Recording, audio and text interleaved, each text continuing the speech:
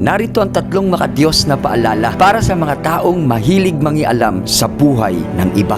Una, unahing ayusin ang iyong sarili bago ang iba. Mateo 7 verse 3, bakit mo nakikita ang puwing sa mata ng iyong kapatid, ngunit hindi mo napapansin ang troso sa iyong sariling mata? Sa halip na mamuna ka sa pagkakamali at sa kalagayan ng iba, alalahanin mo na mayroong ka ring sariling kahinaan na dapat ayusin. Huwag kang maging hipokrito. Magsimula ka sa pagbabago ng iyong sarili. Pangalawa, igalang ang pagkatawag at ang landas ng bawat isa. 1 Thessalonica 4 verse 11, ang sino mang tao ay huwag manghimasok sa iba. Kilalanin mo kapatid na ang Diyos ay may kanya-kanyang plano para sa bawat isa. Ang estilo at ang tiyempo ng Diyos para sa kanila ay maaaring iba sa iyo. Kaya kung ako sa inyo, hayaan mo na lang na ang Diyos ang manguna sa buhay ng bawat isa. At pangatlo, maging instrumento ka sa pag-ibig. Santiago 4 verses 11 to 12, huwag kayong magsihatol. Ang namumuna sa kanyang kapatid